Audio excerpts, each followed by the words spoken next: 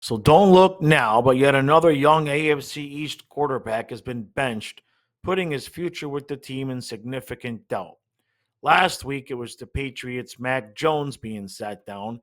And this week, once again, it was New York Jets quarterback Zach Wilson getting the hook in favor of unknown journeyman Tim Boyle, who's 0-3 in his three career starts with 3 touchdowns and 6 interceptions.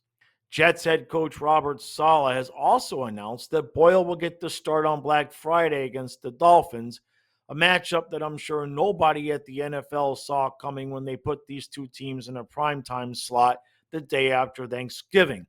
Which, by the way, as an aside, I must say that I pretty much despise the direction that the league is going in terms of the number of days per week that we have NFL football. 3 games on Turkey Day is one thing, but for the most part, us guys on Black Friday have a nice chance to catch up on some sleep or visit with some friends and family that came in for the holiday. And whoever had the bright idea to put this game on prime time nap time the day after we gorge on 10,000 calories honestly should be forced to suit up as the Jets quarterback and see if they can survive behind this offensive line. And taking that line into consideration, one has to wonder two things.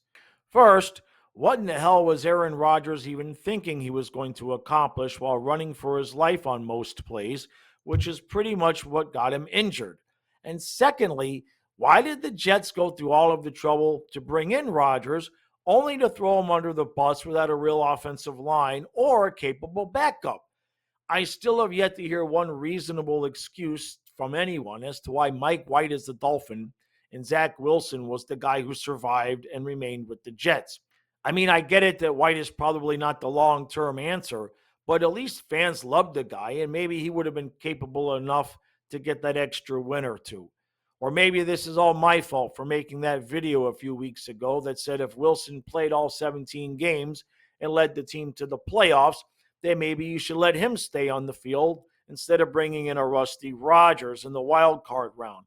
And speaking of Rodgers, it seems less and less likely that he's going to return this season, as he's been pretty vocal about not really wanting to come back unless the team is still in playoff contention.